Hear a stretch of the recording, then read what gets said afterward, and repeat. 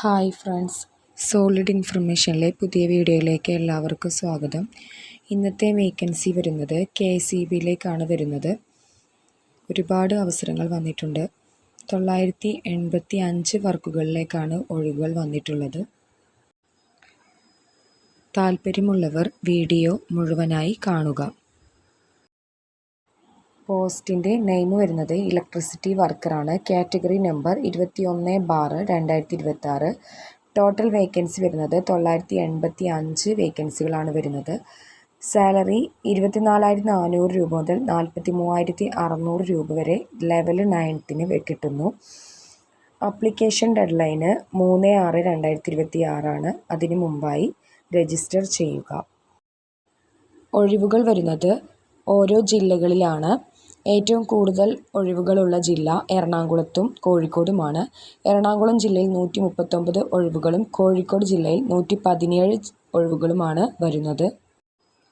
തിരുവനന്തപുരത്ത് 101 ഒഴിവ്, കൊല്ലം 49, പത്തനംതിട്ട 24, ആലപ്പുഴ 70, കോട്ടയം 64, ഇടുക്കി 96, എറണാകുളം 139, തൃശ്ശൂർ 62, പാലക്കാട് 68, മലപ്പുറം 64, കോഴിക്കോട് 117, വയനാട് 26, കണ്ണൂർ 73, കാസർഗോഡ് 32 എന്നീ ഒഴിവുകളാണ് ഉള്ളത്.